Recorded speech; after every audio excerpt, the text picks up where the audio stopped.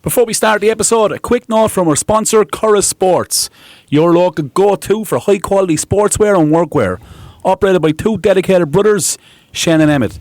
Curra Sports offer an extensive range of apparel for every sport and profession.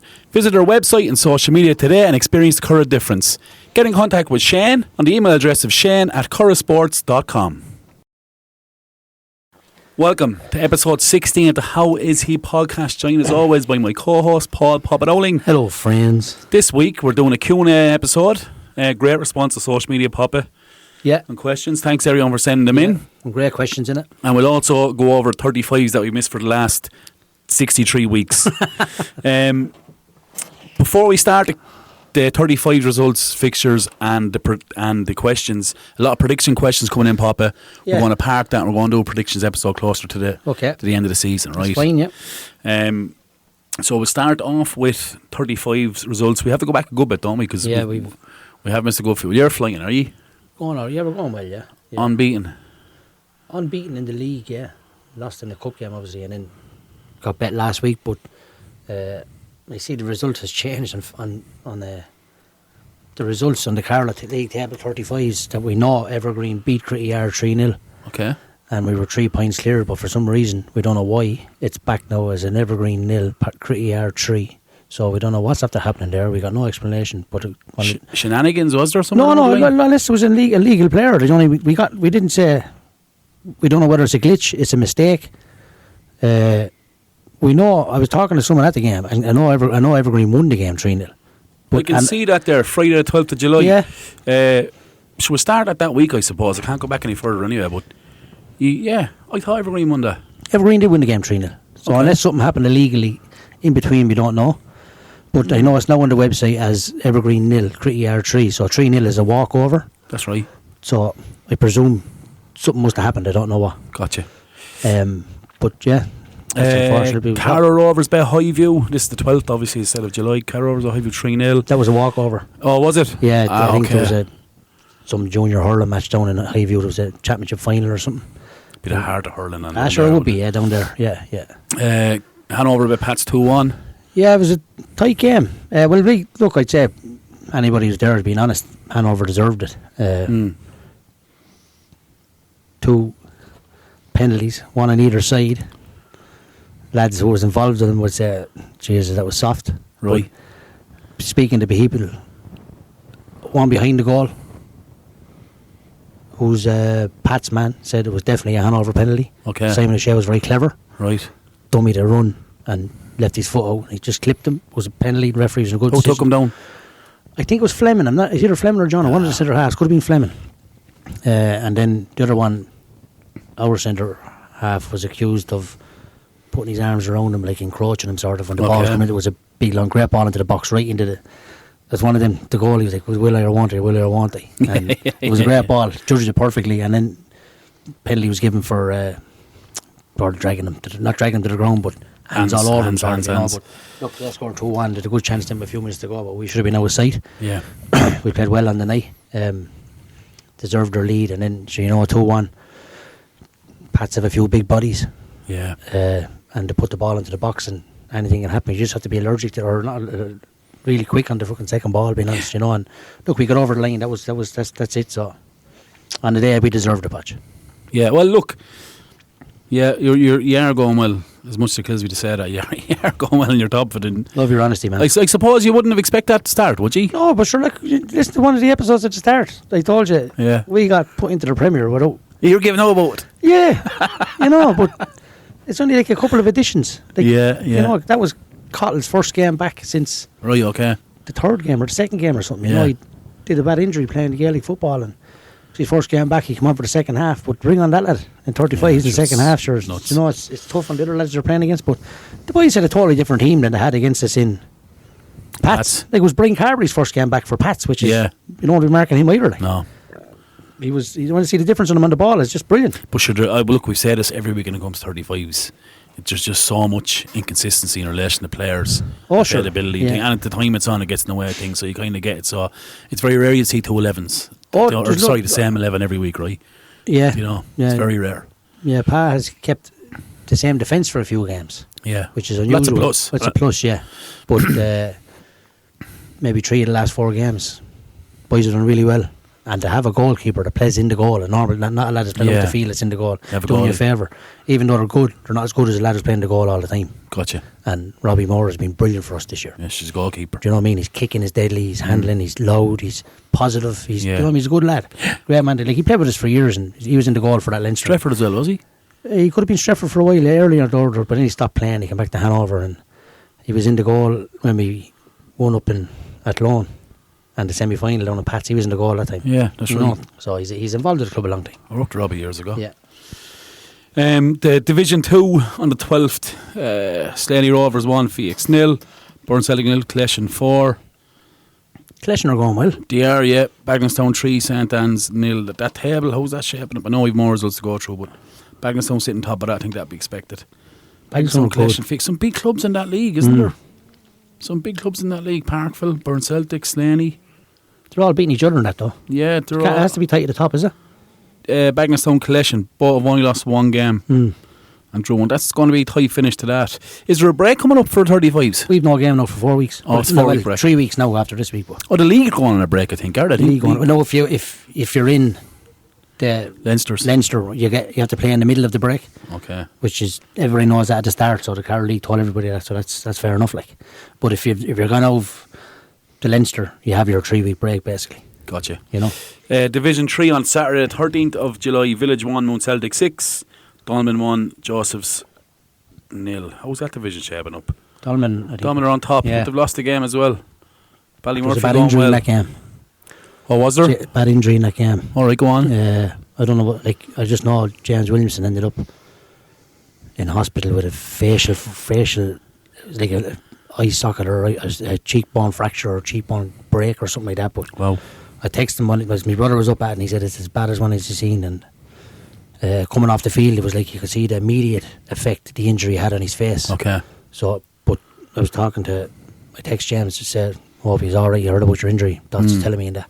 And good player, James, isn't he? Yeah, he's and he look, I think he's alright. There was that bad. I didn't know whether we were going to save the eye or not, but he's okay. Wow. Yeah, it was that bad. But look, he's just give him, hopefully wish him well in the recovery, you know. Yeah, absolutely, a bit of time, a bit of time, rest up. Hopefully recovers from him. Absolutely. Into the outside competitions, he played Black Forge last Thursday. Oh man, bet 3-0. Best 35s team ever played against. Go ahead. Alan Quinn and Keith Quinn, 2 internationals in the middle of the field. Are they the Quinns that were at Sheffield United, or are they? One, Alan Quinn was at Sheffield United, and the other was at Brighton, I think. Okay. No, not when Brighton was in the Premier, but they were still First Division or Premier Championship, whatever. Yeah. Goalkeeper made a save in the first few minutes from Ray Walker. I think Ray Walker is still dizzy over it. I'm not messing with you. That was last Thursday, like. Yeah. Oh my God, it was an unbelievable save at 0-0. Like they were like it's gas up in Dublin, patch. They play 45-minute league games and they come back down to 40 for the LFA. But we play 35 minutes and up to 40. What would you prefer? I'd nearly, you know what it is? I'd like it just the one time across the board for everybody. 40 minutes, just leave it at 40. Like it's 10 minutes less than that. There's a lot of lads coming out of Premier Division teams or their senior teams going into playing 35s. Yeah. And just knock 10 minutes off it, 5 minutes each half, it's fine. 40 minutes aside. Yeah, I think 35s is because it's roll. I suppose the argument is pop because it's roll on, roll off. Yeah, well, 35 is enough as well. Don't get me wrong. You know, it's just you'd wish it was the one. Like they were flying. They were the best team ever I've seen push at 35s to keep the ball. Go ahead. Oh, they were unbelievable. The centre half. What was the pitch like? Pitch is brilliant. Yeah, just there. No, did no parking facilities. With the park across the road in Little Car Park and walk across to a public park. But they had dressing rooms and all that. Did they? Yeah, and then brought us back to the Black Forge for a spread of food afterwards. Yeah, and last Thursday night. So did you get a picture of McGregor's belt? Yeah, I did. Yeah, so crack. Fucking tourist, man. Nerd. Pure nerd. Where's the belt? Yeah, no, they're very good. They'll go a long way in it, Patch. Will they? Yeah. They'll go a long way in it. They're very good at keeping the ball and just very like the goalkeeper is pinging it 40 yards with a left foot to the right full. Doing the same with the right going foot. Across the field, then he going to the right foot. Yeah. 40 yards the other side to the left, and you're like, oh my God. Yeah, that is scary. Isn't it? I like, and but at ease though, you know, and it's actually just our player has it, he has it. No, it's just measured perfectly. Yeah. You know, they're very, very good. The forwards were not faster than our defenders, but so clever at keeping the ball. Every ball was in, nudging the defender, and then in front into the box where you can't get it. Just create a And separation. then the boys run off them then. You know? Very, very good. Look, it was a great game to be involved in, and That's an experience, they were, isn't it? I tell you what, they were lovely fellas, and they treated us like kings up there. So, and the guys are Black Forest, fair play. No complaints. None Brilliant. whatsoever. They deserved the victory. Yeah, Feeks had a big win in on Friday night. See away to John Bosco's. one on penalties. Yeah, 5-4 on penalties. and got a bye in the next round. Brilliant. Yeah, Tom to the chap and work pleasure them. The only thing they didn't have many people going up, 12 or 13 or 14 lads. I know. I was talking to a lad that was playing with them, and they weren't expecting anything on a trip. That was on the Friday night, I think. Yeah. And one on penalties. Yeah, 1-0 down, then got back to 1-1, I think it was, and one on penalties in the end. John Bosco's traditionally be a massive club. Good team, yeah. They're like well established. Well established. Well established team, yeah. Well established. Drimna area, I think they are, aren't they? But John Bosco's Bagnus home bet Luke and 3-0. Excuse me. Montpellier bet Moon 3-0. That was a long journey for Moon, wasn't it? Yeah, Moon to France. Or from France to the moon, which is it? And Cretty were bet last year's finalists. Raheny United 5-4. Division 3 on the Friday then. Joseph's 2, Ballymurphy 4. It's a big result for Ballymurphy. And Evergreen bet Patch 3-0. I don't know, was that a walkover? It was? Well, I was given, yeah. Okay. There's something sus going on there, isn't there? I don't know, it is budget. Like, even last year was just, I'm not saying it because it's involved in Hanover, but like, Carnew won it last year. Yeah. And I think they got 3 walkovers in the year and best be a point. You Yeah. know, and It's not slighting Carnew, you though. know, no, it's not slighting Carnew. It's not Carnew's fault. Do you know? No, it's not slighting Carnew, but it's just like, I don't mind being beaten. If you're beaten over the course of a season, you're beaten and that's it. But to lose the walkovers, you're like, oh my God, it's a sickener. Yeah. No, I mean, it's not. I'm heartbreaker. not being unsportsmanlike. I'm just saying it's not the right way to lose it. Should there be a rule in general if you give a walkover, you should be given like a yellow card to say if you give another walkover. Well, I think there is you're something gone. like that in place. I'm not sure. Is there? No, so maybe we have to find out that. But Just on rules and I regulations. know you're trying to. If you give 2 walkovers, I think it is, you go to cups. Something. Yes, along the I lines of have that. heard that. Something along the lines. Yeah. I know it's something, and I wouldn't be 100%, but it's Yeah. close enough to that. I think we need to get someone in. Well, I do have someone lined up coming from the league in a couple of weeks' time to stone with us and go over Yeah. the likes of to set. It'd be brilliant to get clarity on that. I'm not going to name any names because it's not confirmed yet, but it is confirmed. But it's not in concrete, as they say. Going on to the Saturday the 20th, which is Saturday just gone. Parkville 2, Willow Park. Willow Park, wow. 3, they're a massive club from Athlone, obviously, Willow Park. Played them, yeah. Yeah, good side. Carl Rovers 2, Portleash 5. I'd say Portleash are tasty 35s. I'd say so. Leinster Senior League lads coming back down to play. Some operation. No, I believe talking to the lads, a few lads from Critty Yard. Yeah. The Evergreen team was a different team than what lads played at the start of the year. Boys are finishing. The few lads I that think come- the Kilkenny's only finished about 3 weeks anyway. Could be, yeah. There was a few cups that had run off there. Village 0, Dolman 5. Then Saturday, that's in Division 3. And then Highview 0, Carnew 2 in Division 1. It's a good win for Carnew, isn't it? We'll do the results. Do the fixtures at the end, Paul. Okay, right? yep. On to the questions. As I said, we've had excellent response in from the questions, I have to say. Couple of good ones, a couple of ones that are very current to what's happening currently, or rumours and things like that. We're not going to ship around them. We will definitely address them. In relation, as I said at the start, to the predictions, we'll do a prediction episode in the next couple of weeks before the season starts. Myself and yourself, we're going to do a Podge versus Poppin next year anyway, and have a forfeit at the end of it as well. So, yeah, we are. I just decided we're going to do that. First question came in from Harry Shorthose. Who's been the biggest inspiration to us in our coaching journey? Boy, Harry. Jeez. Well, I'll tell you, Podge, the one I've learned the most from, you won't expect this, is probably you. Thanks very much. Going in with the academies, I've learned so many drills. I knew how to deal with people, but I always said I always loved to have proper drills and all that. Yeah. And I've learned them, and I'm sort of, when I learn it, it'll stick with me forever. Yeah. Shooting drills, defending drills. Remember, we did a session one time in Ballin. We had a few lads that was playing different sports or whatever, but you put 2 cones as fullbacks and made it narrow, just two centre halves. narrow the pitch. No fullbacks. Yeah. But still had 4 in midfield and or a 3 and a Yeah. 1 and a 2 or whatever it was. And I was like, oh, this is deadly. Yeah, go off the pitch. And if it goes out that, it's just out. So you play inside the game, which is brilliant, you know. But I definitely, I'd say you, Podge. Thanks. Definitely, yeah. And that's it for this week, lads. Yeah. Podge, you can have that 50-50 back there. But. Yeah, cheers. For me, that's more of an accurate question for you, though, Podge, I'd say, because like I've played with lads that look that you respect and all that, but they're not coaching now. Yeah. So I've gone into the coaching younger, like I said, 34 or 5, whatever age I was. Pick up tips along the way. Like Cooper Donnelly was very good. Picked up a bit from him when I did the Oscar trainers. And I'd always one of them players that when I was doing drills, I would try and remember when P. John Neal, Jerry Bickerstaff, they were all doing the Oscar trainer teams at the time. Yeah. The drills were completely different. It was just flat 4-4-2 then. Yeah. Now you have 3-5-2, 3-4-3, 3-4-1-2, whatever you want to do. And I learned that from you. Yeah. The systems. Yeah. So, but I'd say it's a more interesting answer or question for you than it would be for me.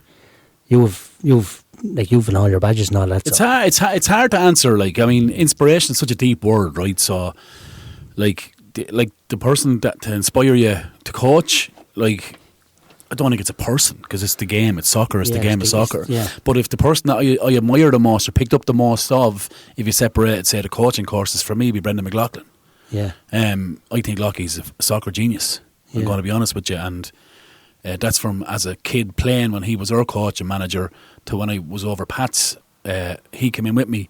He was a breath of fresh air. Yeah, he was involved with Jerry with the Oscars at the time. He'd see things you wouldn't see. He'd give you little. He'd come up and say something in your ear, and he'd be like, "Oh, okay." He knows. He just knows the game, Pop. Do you know what I mean? No, his sessions are very good as well. The game is the worst place for him not in it. Yeah, 100%. 100%. Yeah, 100. And I'll say something. In my spell, Pat's last time when Lockie left, I knew it was game over. Did you? I knew his time was up. Yeah. If he stayed where you were staying. Yeah, if he had stayed, I'd say I would have done a year with him. Yeah, 100%. Yeah. And loves going. Still loves the game. Sarcastic cunt, right? Yeah. And will cut you into it words. Do you know what I mean? Like, he goes to the FAI games all the time. No, he loves it. He's a sports fan. Oh, he loves sports. Do you know? But I'd say Brendan McLaughlin because it just opened my eyes up to the game in a completely different way when I was playing. Then when he came in with me at Pats, he just. I don't know. I just bounce off him and I just take a lot of information. For me, he was brilliant. Some people just click like that, though. 100%. Yeah, I got him straight away. Me and Dacker at the start when we took over the team. Yeah, like Dacker's related to me, but we'd argue as much as we'd hug each other. Yeah, and we brought that into the academies. Yeah, we're back down to now at Hanover, and the improvement in Hanover is there. Like we're a bit off it still, but in regards to 2 years ago to where we are now. Yeah, some coaches just bounce off each other on the sideline, and me and Dacker bounce off each other. Like he's if he's bread, I'm butter, or he's butter, I'm bread. They go together, and that's it. Do you know what I mean? Yeah, that's it. Yeah, and you just click something. You can't explain it. It just happens. Yeah, it's. And you know what the funny thing is, Papa? You don't even know what's happening when you're in. You don't know. No. And you like, I don't have this myself and Badger there currently. Constant, never agree on anything. Very rare we agree on that. Yeah. And you don't even know your disagreement. Do you know what I mean? Because it gets to a point. But the point I'm trying to make is you need that disagreement. Because you need to have that little shade of doubt. Of course. Do you know what I mean? Yeah. And I think if someone went in there, say you went in there as manager and I went in with you as a coach, and everything you said, I said, yeah, all right, Pop. Yeah, it's no good to know. It's no good to know. No, it's no good. No, you're not learning there. Well, it's harmful on the players too, Patch. But if here's the thing: if the players know you're at loggerheads, or the players know you're always are, and they can see it visually, then it'll affect them. But if it stays in house and stays with the management team, it's a different gravy. Absolutely, altogether, right? That's that one, Harry. Thanks. Another one from Harry here as well. If you could sign one player from any club in the Carroll League, who would it be? I'm going to say it. Sir Dean Kelly. Yeah, sure. Yeah, I'm stupid. Who doesn't want Dean Kelly in their team? 100%. Yeah, he's the business, isn't he? Oh, sure. Look, he's top scorer. Yeah. He's like you can go back, wherever, to teams I played in, whatever. But it's not. That's the question for this season at the moment. And the current Carroll League, it's him. Yeah, so, and I'm not even thinking, what do Pats need? No. I'm just thinking, well, sure, I'll take any him. team he goes into gets better, doesn't it? That's it. Yeah. It's a no-brainer, like. So it'll be Dean Kelly for me. It's just the same there, yeah. Okay. Timmy Curry's young lad, Ty Curry. I answered this one already in an earlier episode. You asked me this, so I'm going to throw this back on you. If you could get involved with any other team in Carlow, who would it be? I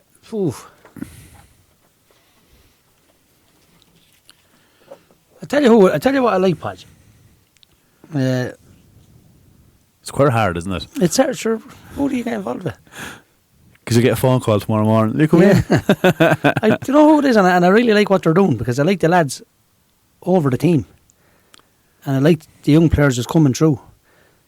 I'd say I'd be excited by St. Felix. I think there's a lot, like, I have so much respect for Pete Dorgan. Yeah. You can see what sponsorship PG Nolan gives them. Very good to them. Yeah. And genuine soccer fans who are the likes of Shane Deere, who love this programme. Yeah. You know, but I'm looking at John O'Shea is fantastic. Very good. We also said it in earlier episodes. Who's the most exciting young lad in the league? Jack Byrne is just Scott on there. A wizard on the field, like. They're very good. They have, like, Bobby Dowling is there still. Bobby, and you need that little Aidan bit Bradley coming there from the youths. Yeah. Like, you know, I get it. I do get it. And again, you can say, someone will listen to this now and they'll say, sure, they don't even have a pitch, but they're in the process again. They'll get there. You know, they'll get there eventually. And when they have it, they'll have the players to straight onto the field and they're done. They're an exciting project. It's a very exciting project. It's a very, for the players that are just, like, I know a few players have gone into them. They will improve them again. I went down to watch them. It's told you in the semi-final of the Cup last year, or the quarter-final, whatever it was, and Burn Celtic played them down in Burn Celtic. And it was a rotten win that night. And Burn Celtic deserved to be leading with the wind. And St. Felix scored a great goal into the wind just before half-time. And the game switched, obviously, in the second half in regards of, geez, this is all. Burn Celtic were clever. They pushed Shane Duffy in a different position. But I was like, there's some unbelievable players in that St. Felix team. Yeah. And then a chap got sent off. And it balanced up 10v11 into the wind. Burn Celtic got a third goal and that's it. But I was like, if you had 2 or 3 players to that, you know, they're a really good outfit. Yeah. I strongly predict St. Felix being the Premier next year. I think it's very hard to call that first division. Well, it is hard to call, Podge, but they have like who? They're favourites. Oh, they have to be favourites. They're favourites by a fair bit. They're only favourites, right? And favourites because the best team in the league always wins the league, and that was Burn Celtic, so they're up. Yeah. But no team of the Premier has gone down, so they have to be favourites. Well, yeah, no, I agree they have to be, but you look at Dominic Byrne going to Slaney Rovers as their manager. He'll attract players. Lads like Dom. Is he going to be the manager? He's Yeah. going to his manager, seen under socials. Ballymurphy. Always hard place to go. Always hard place to go. The thing you say about Ballymurphy is the hurling affects Ballymurphy over the course of a season. Yeah, it does. Like if you had no hurling involved in that Ballymurphy soccer team, They'd be a Premier side. They'd be hard to beat. They would be a Premier side, and they'd be hard to beat because it's the hardest place to go early in soccer, to go down there and win a game. Yeah. On a dirty Sunday morning, like a dirty Sunday morning in Carlow in the town is dirty, but you go down there, it's a little bit wide open, it's up in the hill, it's a short pitch or a narrow pitch. There's always a gale blowing across it. Yeah. It's a tough place to go, and them boys can dig in and do a shift. Yeah. You couldn't bet them. No. Physically, they'd be a very hard match physically. Yeah. But yeah, that's a... Dalman play good soccer too. But will they learn over the course of a season? You'd have to say Felix would have a better chance of winning the league than Dalman. But the first 6 games in that division is absolutely crucial. Massive. You have to have your strongest squad available to you for the first 6 games, or you're in trouble. It's no good, lads. What do we have? We've 10 points out of the first 18. Why? Because you're missing 5 lads from Gaelic and 2 lads from hurling and all that, whatever it is. And that's why Ballymurphy gets affected. Yeah. No, I don't know what size squad. I know they've signed a few players, St. Felix, but you can only have your 17 or 18. I don't think... the thing about the first division is... I know we've kind of digressed here a little bit, but it's such... I've said this before. It's such a hard division to go and win in. Yeah. Over the course of a season, right? Yeah. If you have a B team in there like Pats, who can supply players early in the year... Yeah. Do you know what I mean? And get them in and say... So say, for instance, last year, Pats and Felix played very early on in Pats. Now, not that Pats had a full team of first teamers, but they could use likes of a Lubo at the time to bring him on. James Esser was fit at the time. Do you know, there was 3 or 4 players like that that could go in and get a result. Do you know? So like that's why it's difficult when you have the second teams in it at this early in the season, or that kind of dovetail before they become tied in with the first team, or vice versa. It's a very difficult division, like extremely difficult, and you can call lads favourites and all that, but it's very hard to get over it. Oh, it's tough, yeah. Very hard to get over. There's a lot. Suppose you can answer that. Like I have a lot of friends in every club in Carlow in regards to the question. Yeah. Like I have friends in Tullow, Rathvilly, Bagenstown. Like Gar Brooks, aren't you? It's not but I know a lot of people obviously from doing the post or involved in soccer or whatever it is for various reasons, and I'd have a word for everybody. But I think that St. Felix project is exciting. Very exciting. Oh, I'd agree. It's definitely exciting. That would be my one, I'd say. Yeah. You know, like you could easily turn around to Asher and York or Pats or someone like, but they're established. You know, I love going in and see could I improve, could I get them to the next level. Yeah. That'd be my.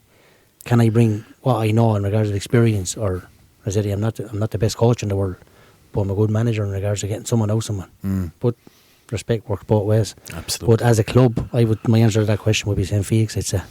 For me currently, if I was to leave Pats in the morning for whatever reason, I'd love to go to Burn Celtic. Yeah. Yeah, because they're a sleeping giant. Oh, they are that, yeah. And they have young lads there, and the facilities are top class, and you have Shane Duffy there, you have Fagan playing for them, and many more. Yeah. Do you know what I mean? They're good players. Darragh Donoghue was in around it. Oscar's going back. Yeah. They'll be very, very strong. They'll do okay in the Premier too, I'd say. They'll be just fine. Yeah. They'll be just fine. Here's an interesting one, Pop. Aoife Kelly asked this question. Why can't the local League of Ireland team meet with the Carlow District Juveniles League and sort out the issues around the Galway Cup? It's a dirty subject at the moment, Podge. It's rotten. Yeah. We've asked someone to come onto this podcast, and he won't because he's fuming. Yeah.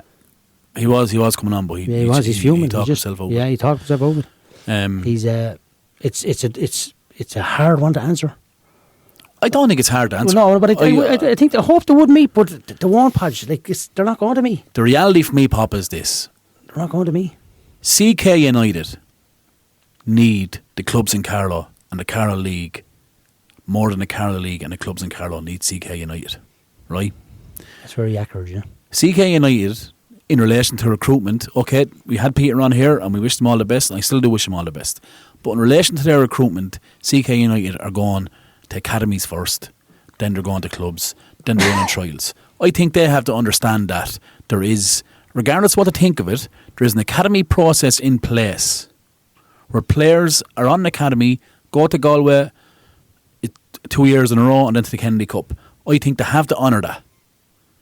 If you're in the academy, you have to honour that. So the situation is happening where they've been with that academy for X amount of months, and now 3 weeks out, there's players signing for a League of Ireland side because they're told you can sign, but you can still play in Galway. But that's not the case. That's not the case. No, it's not the case, no. But even if it was the case, it's still wrong. It's completely wrong. But again, I understand that CK United wants the best players, and the best players for them, the first place they go to is academies, which I think is ridiculous, because I've heard a representative of CK United say that, I apologise, that's wrong. I've heard a representative from a different academy say that, a different League of Ireland academy, say that academy players aren't up to standard when they come in to League of Ireland. So why are you going after them then?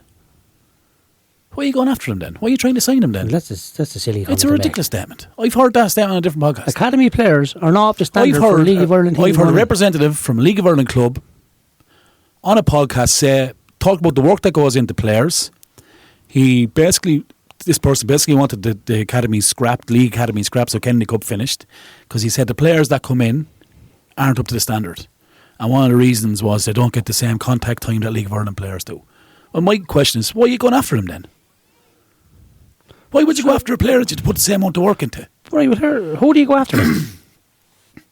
Well, who did they go after? Well, the solution. Who do they go after is a question I can't answer, right? Because I don't know the recruitment process for them, right? But here's the solution: you sit down, you respect what the leagues are doing with the clubs and with the academies. No one is stopping progression. It's not like you don't want players to go any further. Yeah. So what you say is, no, we were always for that, Podge, in the academies. 100%. If you go to the next level, we wish 110%. Like if you leave You can always come back. 100%, yeah, but it's not. And I say that even to a junior player that want to go to Leinster Senior League or want to go have League of Ireland crack. Go do it. You can always come back. There's no panic. But what I would say is sit down, honour the pathway that the clubs and leagues have in place for elite players. Let them go to the Galway, let them go to the Kennedy Cup, and then run your trials. Then take them. Take them at 15s. 13 is too young, Podge. But here's the thing. If they want 13s teams and 14s teams, go after players that aren't in the academy. If your coaches are that good in developing players, you shouldn't need academy players. Yeah, exactly. Someone from a League of Ireland club at a statement, they're not good enough anyway, so why are you going after them? Well, that's the most ridiculous comment I ever heard in my life. Right, look, more qualified to me in relation to the game and fair play to him. I've nothing against that person. But the statement is ludicrous, anyway, for a start. Well, yeah. Because why are you going after them then? Go get players that aren't involved in academies. It's not as if... But the first thing to do is go after academy players. Exactly. Pat. But it's not as if there's only a pool of 20 players in Carlow Kilkenny. There's a pool of hundreds of juveniles in Carlow Kilkenny. Do you know? I don't understand that statement. I think they need to sit down. I think, and from a Carlow Juvenile League, I know the work they put in, I know the people that are involved in the work they put in, unbelievable. I said it before, you couldn't measure it. But they also have to respect CK United in the sense that their goal should be to get players from Kennedy Cup to League of Ireland football. Yeah, but it's the right way to do it, though, Patch. 100%. They have to sit down. It's not being done right at the moment. The whole thing won't work, Papa, if they don't sit down and work it out amongst themselves. It's as simple as that. You can't. Both parties don't have a clue what's going on. Yeah. And the players are with the teams in Carlow, so they have the right to do what they want the players at the moment. The League of Ireland clubs, you want to call them, are coming in and they're promising them things that you can still play in the Galway Cup. But then when they're saying they can't play in the Galway Cup. But like it's a thing, Papa. It's a thing, Papa, where we've often had conversations where, back in the day, and we have had these conversations. Wouldn't it be great for lads to stay close and play League of Ireland close to home because we don't want Dublin clubs coming in taking our players at a certain stage. Yeah. But now they're doing it. Do you know what I mean? All the giving up they used to do. It's not against Dublin clubs. Let's be honest, it's the home of soccer for most to go up and progress, right? And many have. Paul Regan been an example who was here with us. Conal Lunn, another example. But you're just copying their model now. But you wanted the young lads to stay in the area to play League of Ireland. You want them to go through Kaiba. Now you're copying the model. Do you know what I mean? It just makes no sense. They have to sit down, man. They have to sit down and sort it out. It's the only way it's going to be the solution, isn't it? Because at the moment, there's a lot of bitterness in that Galway Cup topic. I was speaking to Dakar. I'm not going to lie to you. I was speaking to him, and the man is fuming. He is fuming, yeah. And there's no doubt. Yeah. There's no doubt. Right to be. I'll get a message off Peter Harvey after this, or you might get a message or a call. I'll get a call, and he'll probably be fuming. Do you know what I mean? Do you know? And yeah. Just need to sit down and sort it out. Lee Salter, is it possible to be a good coach and manager, or do you think it's one or the other? I know you can be both. Any examples? I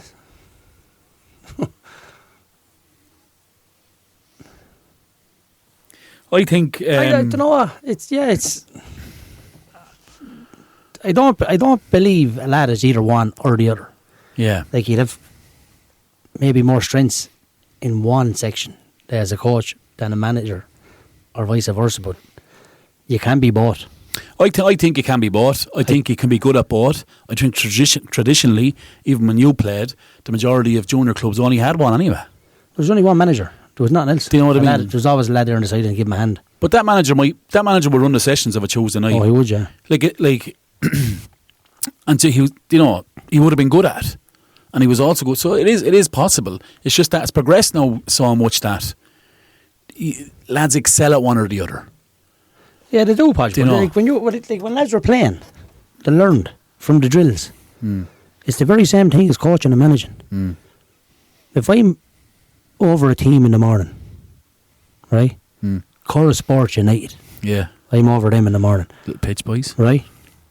Podge is the coach. Pop is the manager.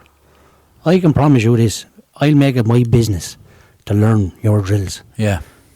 And if you learn it, maybe some things I can do with I agree. People things. I agree.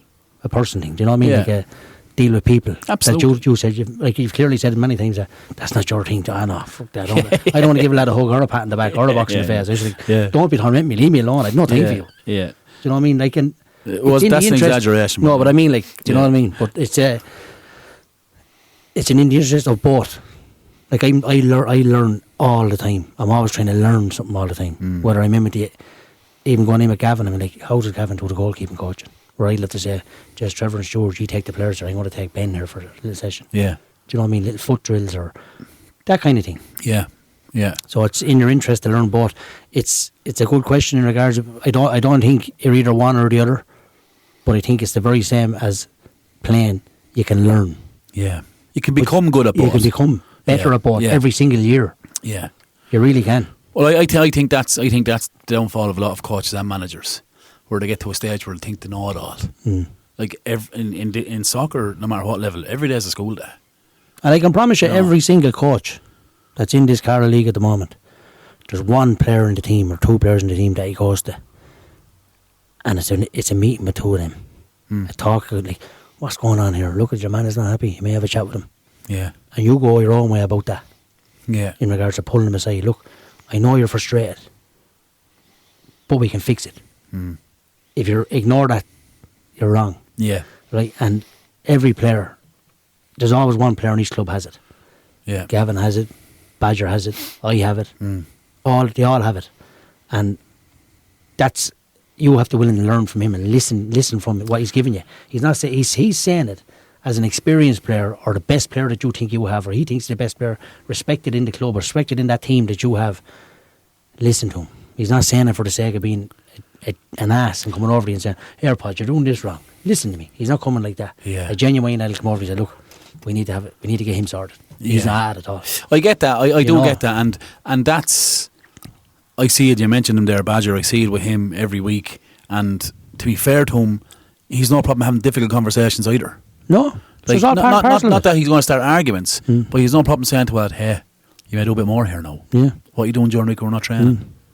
But do you know what I mean? Like, I was completely wrong in one of the games last year near the end of the season. Absolutely cracked in the dressing room. Yeah. I cracked. Coughlin pulled me outside. And I calmed down after an hour. And I rang Coughlin and said, thanks for that. Yeah. He was right and I was wrong, that's it. But you have to be willing to know you're right. 100%. And a lot of lads wouldn't have accepted that. 10 years ago, I would have told him, you shut your mouth and go away and leave me alone. Yeah. But I'm a better manager, a more experienced manager now than what I was. And it took me an hour, but I went for a pint with him. Yeah.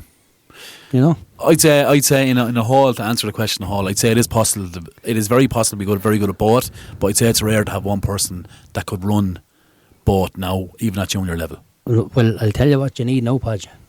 As you said, one man can't do it on his own. No. It's not possible.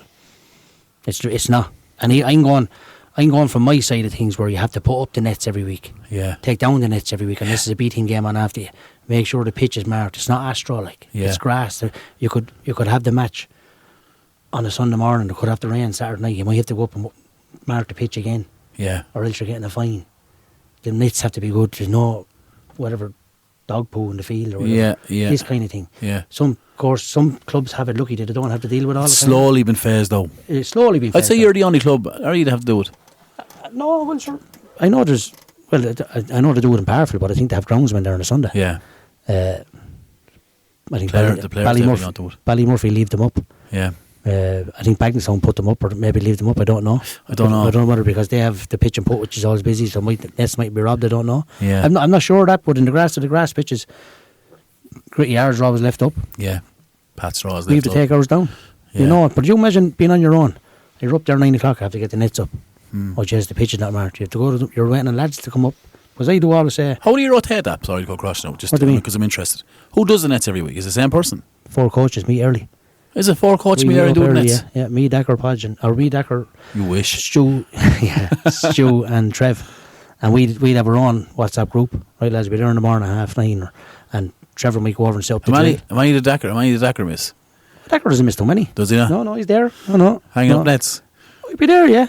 Oh, I don't know. Yeah, I respect you more for that. It sounds. It's a nightmare. You hate doing it. You hate doing it, but I insist on. Yeah, the players can take them down when you're finished the match, win, lose or draw, or help us take them down at least. But they're there to play. Why come up a half an hour earlier and put up the nets when you're asking them just be there at 10, be on the warm-up pitch at 10:15. Yeah, you just concentrate on that. Let us put up the nets, mark the pitch, make sure everything is done. You're there to play. We're here to coach. Afterwards, we'll all take them down as a group. that's completely fine. Do you know what? That is. I admire you for doing that. I really do, because has to be done. Yeah, but it's brilliant, isn't it? Because it's things that people don't see, people don't understand. No, they don't understand. Here's a counter argument. St. Pat's about 2 brand new goals down there for the grass pitch has been redone. Pop, I've never seen like it in my life. Class. Unbelievable. Unbelievable. Built in, like it's like a square. Remember Bayern Munich's goals in the Ross Stadium? Yeah. The goals feel about 9 foot, like they feel about 15 foot tall. They look massive. Jesus. I was like, fucking hell, how lucky. Like, you have players coming down, and I was thinking, imagine these cunts in Roselands. That's an addition to an attractive player as well. Yeah, it would be, yeah. You're not going up there, stick up the nest, don't even draw no nets, right, you know? I think, no, from what I heard the last few days, there's only one addition that's attracting players, and we'll get to that. We'll get to that in a minute as well. And yeah, I have a few. I'm kind of going between two here at the minute. I have the phone and the notes, but I have one here from Sean Horn. Just a quick coaching question for you boys. With the level of tactical knowledge and intricate ways of playing that has become more common at junior soccer level in recent years, do you find it difficult to get your ideas across to players? For example, formations, patterns of play, styles of play, etc. I wouldn't say difficult, no. I think the better... How can I say this without disrespecting anybody? The better group of players that you have, the easier communication level is.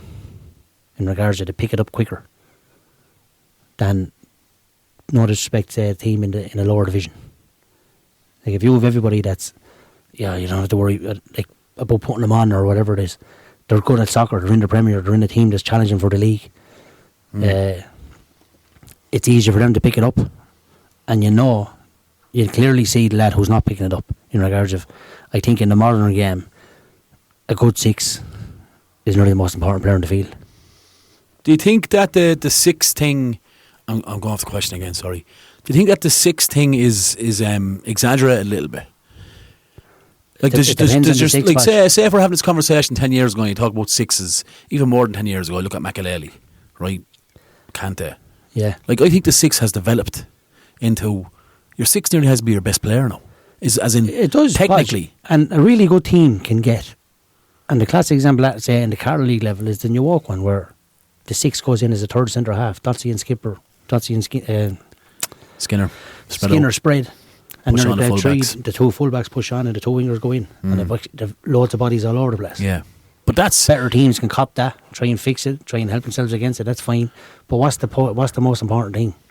It doesn't work unless you have a good 6. If the 6 is sent off, you can't do that. But you say the word 6, and what comes to my mind straight away is defending.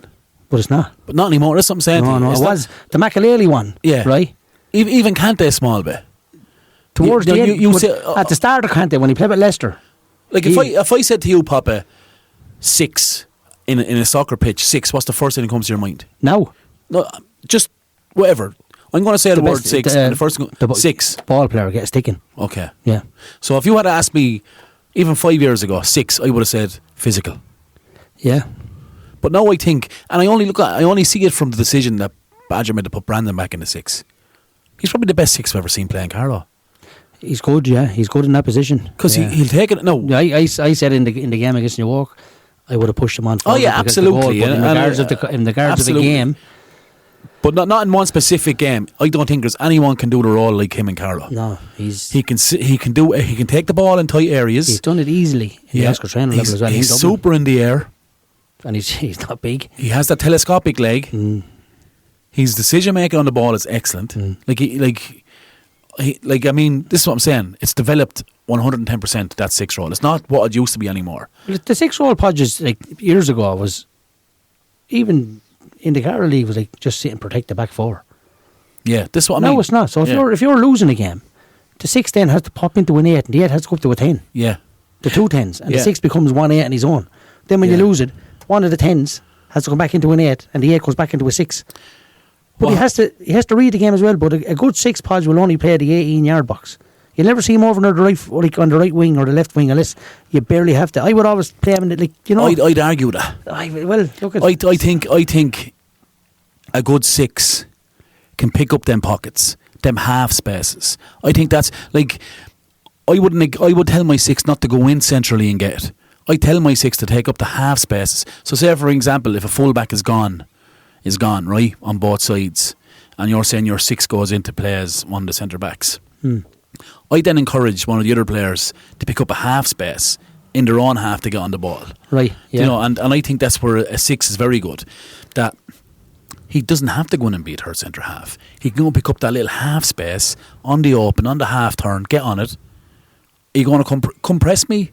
I'm going to play it around you. If you don't compress me, give me 15 yards to step into. It's all on the player, though, Podge. All on the player. The intelligence of them. And it's very hard to coach. And that goes on to Sean's question. Like, you don't have to be the fastest player in the field to be a six anymore, Podge. Yeah, but it is. I find it very hard at times to get my not to get my point across or demonstrations across. I feel like they're fine, but to get the idea across to players. Like, I always ask why. Yeah. Like, there's no point. I'm coaching you, Papa. Very good, technically, fantastic soccer player. But I'm telling you to pop into an area to get on the ball, like in a half. I'd be worried if you didn't ask me why. Yeah. That's what I have. That's why I wanted to get in. Yeah. Understand why you're going in there. And is your decision to pick him then on the answer he gives you? 100%. Yeah. Do you understand why you're going in there? Yeah. Like, if you said to a fullback, do you understand why I want you open? Do you understand why the ball's going to your back foot? But that's your coaching side coming in, where as it comes back to one of the previous questions, as a manager, I'm on the sideline going, standing beside you, listen to this. Yeah. Podge the coach, Podge going, yeah. Do you understand why you want you to go into the half space? Yeah. Fullback was, no. Oh, yeah. Right? We have a problem. No. I'll explain it to you. Yeah. Hopefully you'll do it in the next game or in the second half of the field. Yeah. Second half of the game. Yeah, yeah. Right? I'll pick up that off you. I'll never forget that. Yeah. Right? So then I'm taking up that point to get it into my team. Can they, look at, here's why you're doing it. But as you said, the most important thing is for a player to understand. If you know what you're coaching, but the player doesn't know what he's being taught or coached, you're in trouble. Like, you're in trouble, but I used to do, like, I still do it sometimes, a rotation drill where it's two players, say it's three players in the middle, it's a passing function, three players in the middle, they all rotate positions. Yeah. So it's kind of replicating a midfield three. Then you have players on the outside who replicate fullbacks or wingers. And I've done this for like 6 weeks in a row in pre-season. And players are like, fuck's sake, this is quite fucking boring. Yeah. Quite boring. I'll never forget our first league game. A player came up to me after the game and said, I didn't realise we were doing a rotation drill. But after playing that game, now I understand how it's helped. Now I understand what it's about. Yeah. I'm like, thank fucking God. Do you know what I mean? Yeah. At that time years ago, I probably wouldn't have asked why. But that's my biggest question now to players all the time is why? Why do you think we're doing this? Yeah. So to get the message across, to get the style and system across is easy. To get the message of why we're fucking doing this is a difficult thing. And it's difficult for it to stick to players. Yeah, yeah. Now that comes down to facilities and that as well. You know, you mightn't have the facilities to do it or show it on a big scale, right? And I'm one of the very lucky ones that we have the facilities to do it on the big scale. It's such a different doing on a big pitch, Podge. Yeah, no, players don't like it. Players don't like going down and doing 11v11 sometimes. They don't like it. But sometimes it's the things you don't like are the things you need, right? Do you know? You're like Jackie Chan during the Karate Kid, weren't you? Pick up jacket. Yeah. There's no jacket. Pick up jacket. It's not Jackie Chan, it was... Jackie Chan was in the remake, was he? Here's a pop quiz then. What's the name of your man that's in the original one? Mr. Miyagi? Yeah, what's his name? I couldn't tell you that. He was in the Lotus, is he? I don't know. I think it's Pat Moriarty. Is it? I think it's Pat Moriarty or something like that. The Thunder Road. I think it's Pat Moriarty. I'm not too sure, but I think it's something Moriarty. That's a good question, that one was. It was a very good question, yeah. We look, and a lot of them came in as prediction questions, but how long are we going? About an hour. That would be grand. Another question came in from Pricey. Old Hanover great. Yeah. Why are clubs offering players money to play junior soccer? It's only Sunday League. What's the need? There is players that's been offered money out there. I can't make any concrete assumptions, no right? I asked the person today about the ruling on this. No, it didn't get back to me. For me, here's my view on it. If a club are in a position of desperation to be successful, that they feel the need to financially drain a club by taking resources away from their juveniles, youths, women's setup, by pumping all into the junior to do what? Go in a league.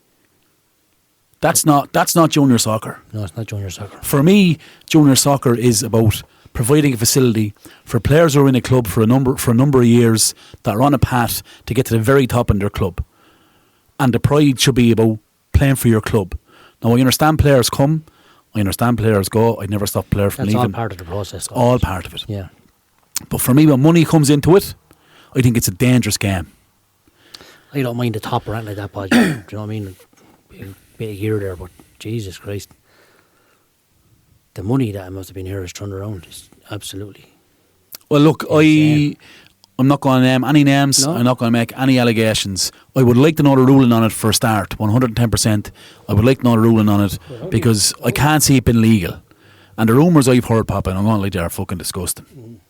Right? And I spoke to a player who was approached and told me what he was offered. And I nearly fainted. And the first thought in my mind as a competitive cunt was, I'll match that. I'll pay my own pocket, I'll match that. But then I said to myself, what are you doing? Junior soccer. You're in junior soccer. It's junior soccer. What are you doing, man? Yeah. You're not getting a penny for this. What are you doing? Yeah, it's a hard one to comment on really as well because you have to have facts and you have to have facts. You have to be straight. You have to be straight as a die. It's easy. I'm not saying I'm against pricey. It's easy to ask the question. It's not like it's a question that's come into the podcast. We ask for questions. We got brilliant questions, but you can't give an answer and name names or name clubs or name whatever it is. You can't do it. It's not. The only answer I can give to that question directly, because he asked why, is obviously they want to win. That's why they want to be successful. Yeah. Right. Yeah. And it's I've seen tweets. Does it mean as much to the player, Podge? The oil money is in Carlo. Does it mean as much to the player? So if you had a lad there that was involved with Hammer Harps all his life and he goes out to play with whoever it is, does it mean as much to him? But you want that player? Well, you don't want that player, no? I wouldn't want that player. No. I want lads to come up and play for us. 100%. That's it. I love it. Represent the club, play for the club. Like, and again, there's none of it stupid here. Players are going to come and go. We've lost players this year. We're going to gain players this year. Hanover, I'm sure will lose a few. I'm sure they'll gain a few. Every club is the same. We're all the same boat. And July is silly season. July in junior soccer is fucking silly season. I'm not going to sit here and lie and pretend I'm an angel. I spoke to players. I've contacted players that weren't St. Patrick's Boys players. July's a free month. You can do that. Yep. But 9 times out of 10 you get rejected. Well, I'll put this area, Podge. I'm managing 11 or 12 years, whatever it is. If I've asked 15 or 20 players over the years, I'd say 2 have said yes or 3 have said yes. Yeah. Some lads would text me. I'd be in the same boat. For pre-season. Any chance of having me? Yeah. Absolutely love it. We get the same. Why yeah. you come? Yeah. You know what I mean? Love it. I'd say in my time, I probably asked 300 players. Yeah. I know. I've asked a lot of players to come in my time, and the biggest one I ever signed was Dominic Byrne. I would argue. Take him away from Slaney, come in, massive signing for us. But I don't think there's anyone else that I've taken at junior level, right? I don't think there's anyone else that I've taken in. But I will say this to you, I understand that happens. But I like you said, your silly season. It is silly season, and I understand other clubs will go after your good players. But ask them the question. Just ask them the question, look, we'd love to have you. Yeah. I think it'd make us better. Yeah. You sell him a story. Is he willing to buy it? No, I'm happy where I am. No bother. Best luck with your season. But I would encourage the player then to go, if it was agreed, have a chat with your club there. Before going, have a chat. Yeah. Because, like, any player that we've lost, we've spoke to them. Where you going? Anything we can do to keep you. You don't want to lose players. No, it's true. You just don't want to lose bodies. No. Do you know? I'm going to make a statement. If this is verified, right? If this is verified that there is money being given to players to play junior soccer, I can categorically tell you I'm done.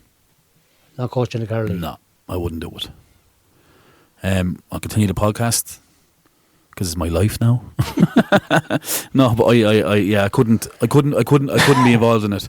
I'd stay involved in St. Pat's if there was a place there for me in some capacity, absolutely. But in junior soccer, I wouldn't. I just don't think it's right. I don't think it's right. It's hard to fathom, isn't it? Yeah, and to be honest with you, I'd say shame on players and clubs. Clubs for offering and players for accepting. I know it's very hard to turn down money. Go get a job at Just Eat there, or Deliveroo, or work in a bar part-time or something. They're, on the player side of things, Podge, it's not the players' fault. They're good players, right? Oh, 110%. You know what I mean? Like, they're not going after your ordinary Joe Soap. They're going after, like, we're okay in the defence. We need a couple of midfielders, need a striker, need a winger, need a goalkeeper, whatever it is. They're going after these lads for a reason. Because of their best players at their individual clubs. Yeah. Right? The money I'm hearing is ridiculous what they're being offered. I know players are being offered it. I hope that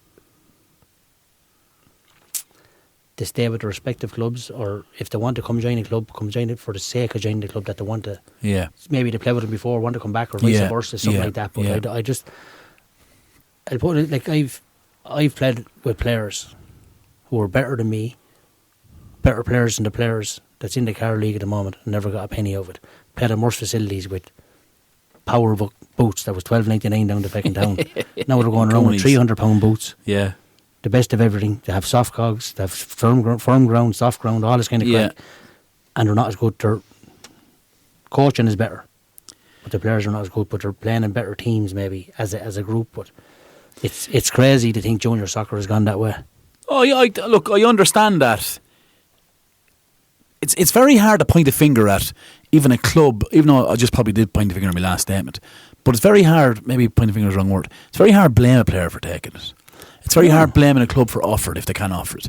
But I just feel that if you want to get to the position as in the best in Carlow Premier, invest in your club in the sense of improve facilities, improve your juvenile coaches, get a pathway in place, get a coaching structure in place, get a code of ethics in place.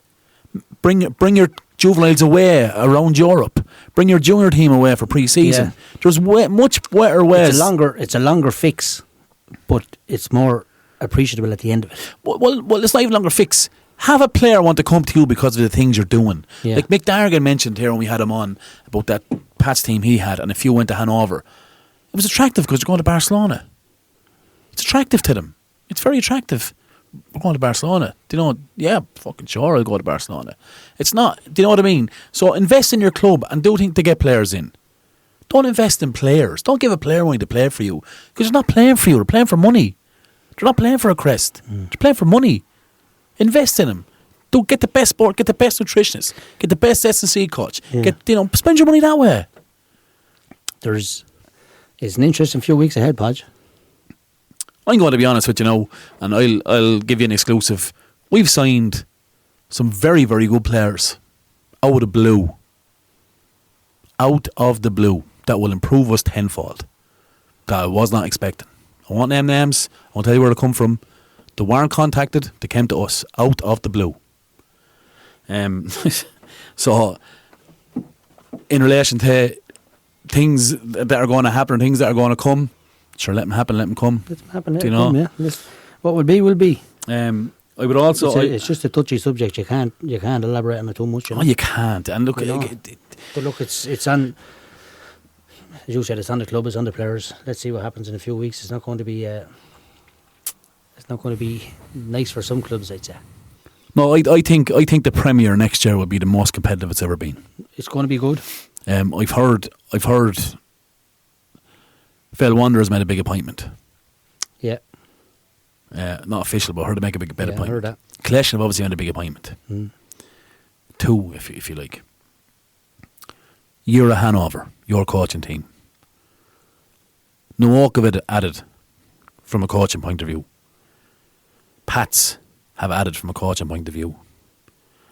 Burn Celtic are going to be brilliant. Parkville, I'm hearing, are investing a lot in every way. I think that Premier Division is going to be the hottest it's ever been. If you have every squad or every team that's at it, there should be no 7 or 8 nils or 7, 5 or 6 ones or something. And I haven't even mentioned Critty Yard there. No. Do you know? And Critty Yard are Critty Yard. Even if they have... They'll always be there or thereabouts. Whatever they have, whatever they don't have, try go beat them. You can't buy what they have. No. Simple as that. You definitely can't. But the other side to that as well is if you're a player at junior level and you think you're worth that, go play League of Ireland. Go make a career of it, man. Like the money that's been banded about or spoke about, like is top division League of Ireland money like? Well, there's not too many lads on it. Do you know what I mean? That's not playing, say... So I wouldn't say there's players in the first division in Ireland that's on... No, money. but what? Look, they're only rumours too. You don't know. They are. You know, but it's brilliant. It's brilliant for us to be able to stand and speak about it. Yeah, Like, do you know what I mean? It's great. Without facts. It's just Without facts, all yeah. the time, you know. Yeah. It's just... So, like, I mean, yeah, I think if you're a player and you want to go to the next level, there's nothing stopping you. You should be encouraged to go. If you want to make money for monetary reasons, whatever, go sign for a League of Ireland club. Go trial for them. Go make your money. I wouldn't stop a player from making money. But don't go to a junior club for money. That's just ridiculous, in my opinion. But anyway, Papa, all your questions we have were... That's like the red book and This Is Your Life, isn't it? You could sell that page when it's full. Yeah, Michael Aspel. Michael Aspel. That was his name, wasn't it? Yeah. Man, go away over that, will you? Or any other questions you have were prediction questions. There was a few we didn't get to. We will do another Q&A. You know, the feedback and the questions asked have been top class, I have to say. What we'll do now is we'll just go over the 35's fixtures. Division 1, Friday night coming, Carroll Rovers versus Carnew. The Youth Centre, Division 2, Bagenstown Felix, that'll be a good one. Parkville Collection. These all Friday games? Yeah. They are, yeah. All Friday games, Parkville Collection, Burn Celtic, St Anne's, and Division 3, Friday night, Nurneyville and St Joseph's. I want to say a big... I have to admire the Carroll League for keeping 3 divisions going at 35's level. There's not too many leagues at it. No. Like Kilkenny can't even get 35's up and going. One. Can't get That's one. nuts. That's crazy, yeah. I wonder, are night owls going during the summer down there? I don't know, because... Like, who do you have? Highview, Evergreen? That's the only 2 Kilkenny sides. Is it only 2? Bridgefall? Well, Bridgefall after winning the league. Yeah.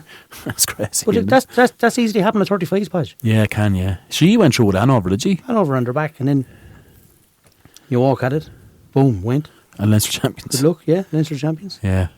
You lads went different ways and all that kind of crack, no problem. Critty Yard always had one. Pats have one since they started, have they? Haven't missed the season, have they? No, Pat's only come into it. This will be Pat's 4th year in 35s. Yeah, but they've never had 35s before that? No, never. But they've done 4 years. Yeah, sorry, yeah. I think Pats will always have a 35s team anyway going forward. Well, I think they should you'd have like to enough. imagine so, yeah. Yeah. It's not easy though, I'll tell you. I played it at the very start when I was 35 and I was like, oh my God, this is just a bit of crack. It's so competitive. Yeah. Like, there's proper training involved now. And Yeah. I can't go tonight for a few pints of the you're 43, go away with that. Like, no. It's getting It's good serious. though. And it's nearly, I like it more enjoyable when it's competitive, because the tighter it is, the better you think, the better you'll play. Yeah, the tighter you have to be. You know, the nicer, the better touch has to be there. You got to take your chances. You know, you'd have no arguments there. The game will always swing in 35s, patch. Yeah. But no matter how bad or how good you think you are, when you're not at it, if you're good, I bet one of the better teams in it, the other team will always have a few chances. And there's always 2 or 3 players in each team that are just, you got to mark them or you're in trouble. Yeah. Like, you know, it's really good. It's good to be involved in. Yeah. It's good to be involved in. It's Friday as well, Nurney against Joseph's. Carlow Concrete Division 1 on Saturday the 27th. Critty versus Evergreen. You'll have one eye on that. Village versus Moon in the Cup. And then we have Friday the 9th of August, Montpellier against Bagenstown. Where are they based, Montpellier? Maybe Montpellier upon an accent and everything. Montpellier. Are they Dubs? I haven't a clue. Or Dublin, no? You only know the Montpellier in France. That's all. Moon versus Nurney on Monday the 19th. Ballymurphy versus Highview. We'll go over them anyway in the few coming weeks. Where are we? So look, I think Papa, we've answered them questions anyway fairly comprehensively. I don't think there's any more we can go on or go off. I am delighted to announce we have another giveaway. Okay. Kindly brought to us again by Curra Sports, fantastic sponsors. And if you could see this, we'll get a picture up on the old socials. We were in official Curra Sports gear, no Papa, they've looked after us. Drill tops and jackets. Drill tops and jackets, yeah. In welded into both of them, but anyway, it'd be grand. We're like Chaz and Dave walking down the street. Yeah. Just, Podge, there's a little, I got a message off, that's your share. Yeah. Place in New York. They've a 7-a-side tournament coming up on the Great idea. Saturday, the August 10th. Now, I know there's the Mikey Ryan Memorial match as well. I don't think it'll clash so much. Okay. It's a 7-a-side tournament. It's open to anybody over 17. Brilliant. Right, to enter a team. Clubs are welcome to enter one or two teams, whatever suits them. We're going to put in a team. It's all in the one day. Okay. But obviously, if you're going to enter, contact New York or wherever you know New York, or if you want to text me, I'll give you Dotsy's number. I don't know who's running it. I don't know whether Dotsy's running it or New York or a committee is running it. I'm not sure, but it's easy getting in contact with someone if you want to go in. Yeah, it's under socials. It's a one-off day. It's going to be down in New York, obviously, and the only thing you'll ask, because the draw has to be done, at least contact them a week beforehand. Yeah. You know, it's probably a great pre-season little tournament. 7-a-side on the grass. It won't be on the Astro. Brilliant. There's 2 pitches down there. 10th of August. 10th of August, yeah. And the only way, like we said, is if we're giving these clubs shout-outs, and any other club we give shout-outs, can you just support us on Buy Me a Coffee? Brilliant. Keep us going like that if you can. The support has been fantastic. So, no problem. I said I have great respect for all the different clubs. So if you want to give us a show, lads, no problem. We'll help you as best we can. You just support us and buy me a coffee, and both parties are happy. Love it, Papa. Like a politician, ain't they? Yeah, brilliant, yeah. Crooked one as well, brilliant. As I was saying, we can announce another giveaway given to us by Curra Sports. It's kindly sponsored by Curra Sports, this giveaway. They are in the business of sports equipment and gear, but they're branching out into interactive tactics boards. The information I'm given from the boys at Curra is that these are going to be a first in Ireland. They're giving us 4 of them and 10 footballs to give away. The giveaway is open, okay? So all you have to do, as Papa mentioned, is go on to Buy Me a Coffee. The links are on the socials. €5 for Buy Me a Coffee. Leave your name, you'll enter the draw. The more coffee you buy, the more names, more chance you have of winning. Yeah. All you have to do is buy us a coffee. As I said, links are on the socials. There is a cost on this. To keep going, we need support. Our listenership is crazy, the numbers we have. If 20% of the people who listen supported us, we could get an all-inclusive holiday in Turkey and do a few over there. It'd be great, wouldn't it? Get a set of tea as well and an old gastric bypass. Yeah. And a kebab. So look, that's brought to us by Curra Sports. I'll have the closing there. I'll put that up on the social media, but it's open now. €5 to enter. Leave your name. The more you buy, the more times you'll go into the draw. That's me for this week, Papa. Pleasure again, Podge. Love doing it, as you said. Thanks for all your support, lads. As I always say, it's not my podcast. It's not mine. It's not Papa's podcast. It's Carol Soccer's podcast. Keep contacting us, lads. Keep the interaction going. Everything's fantastic. And good luck. Thank you very much, boys.